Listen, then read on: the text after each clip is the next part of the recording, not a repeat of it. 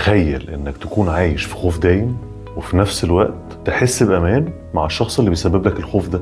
ازاي حاجة زي دي ممكن تحصل اصلا؟ النهاردة هنكمل اللي بدأناه في الحلقة اللي فاتت، لكن مع نور جديد. ازاي ممكن نكسر الدايرة دي، وازاي الضحايا ممكن يرجعوا لحياتهم الطبيعية تاني. الشخص المسيء بيعمل غسيل دماغ للضحية، بيكون زي السم في العسل. بيظهر ان هو مهتم وحنين، لكن من تحت لتحت بيستعمل اساليب تلاعب نفسية. يبدأ معاها بكلام حلو، يقول لها انت شخص مميز، او محدش هيفهمك غيري. لكن مع الوقت يبدأ يقلل منها ويخليها تشك في نفسها. الضحية بتكون مقتنعة ان هو عنده حق في اللي بيقوله، علشان هو علمها ده على فترة طويلة، ممكن تكون على مدار سنين. ازاي ممكن حد يبرر لشخص بيأذيه، وازاي ممكن يحس بأمان مع اللي بيسبب له الألم. الشخص المسيء في الغالب بيكون نرجسي خفي، مظهره جذاب وبيبان ان هو طيب وحنين، لكن في الحقيقة هو بيستعمل وبيستغل الضحية علشان يشبع احتياجاته النفسية. بيخلي الضحية تشك في نفسها وفي قدرتها على التفكير بشكل منطقي. يقول لها انت مش فاهمة، دي اوهام في دماغك، اللي انت بتقوليه ده مش صح، انت ما بتعرفيش تفكري. على حسب. الضحية بتكون مقتنعة انها ما تستحقش المساعدة وانها مش مهمة، علشان الشخص المسيء ده فضل يقول لها كده ويعلمها ويعيد لها نفس الكلام ده لفترات طويلة. طب ايه اللي ممكن يخلي الضحية تفقد ثقتها في نفسها لدرجة ان هي تشوف المسيء على انه المنقذ الوحيد ليها؟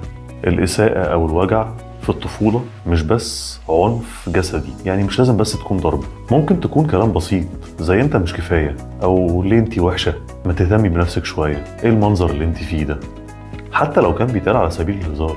الأطفال بيتأثروا بطرق مختلفة. ممكن طفل يتأثر بشكل كبير، وطفل تاني ممكن يكونوا اخوات ما يتأثرش، الموضوع يعدي ولا كان في حاجة اتقالت. الطفل اللي بيتعرض لإساءة عاطفية بتكون فرصة ان هو يتم التلاعب بيه نفسيا وهو كبير أعلى. ازاي ممكن نساعد الأطفال دول علشان ما يتحولوش لضحايا في المستقبل؟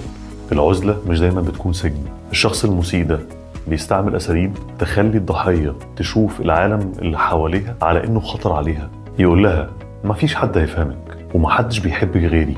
الضحية بتكون مقتنعة إنها مش هتلاقي دعم من أي حد، حتى لو تعرض عليها هتشك فيه، وده بيخليها تعتمد على الشخص المسيء ده أكتر. هي الضحية بتكون خايفة من الشخص المسيء ولا من العالم اللي حواليها كله؟ الضحية بتكون مرتبطة بالشخص المسيء برابط غريب قوي اسمه التراما بوندينج. العلاقة دي بتتكون عند الضحية نتيجة صدمات كتير هي عدت بيها في حياتها، والرابط ده بيكون أقوى من الحب العادي كمان، لأنه مبني على الخوف والألم مش على الحب المتبادل.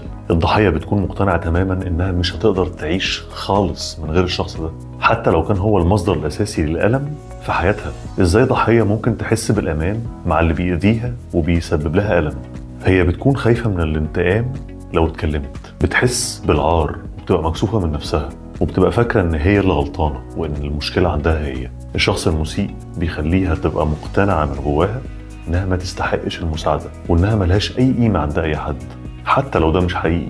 إزاي نخلي الضحايا يحسوا بأمان ويتكلموا ويفتحوا قلبهم لينا؟ أول خطوة نتكلم معاهم بهدوء ونسمعهم بدون حكم. أكد لها إن هي مش غلطانة وإن الشخص المسيء هو اللي غلطان، حتى لو كانت بتدافع عنه. حاول تفهم إن ده جزء من الصدمة اللي هي عايشاها.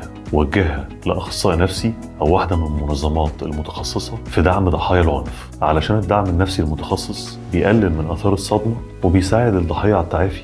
سؤالي ليك انت دلوقتي، لو كنت مكانهم كنت هتعرف تاخد أول خطوة عشان تخرج من الضلمة دي ولا لأ؟ ولا الخوف والوجع هما اللي كانوا هيغلبوا؟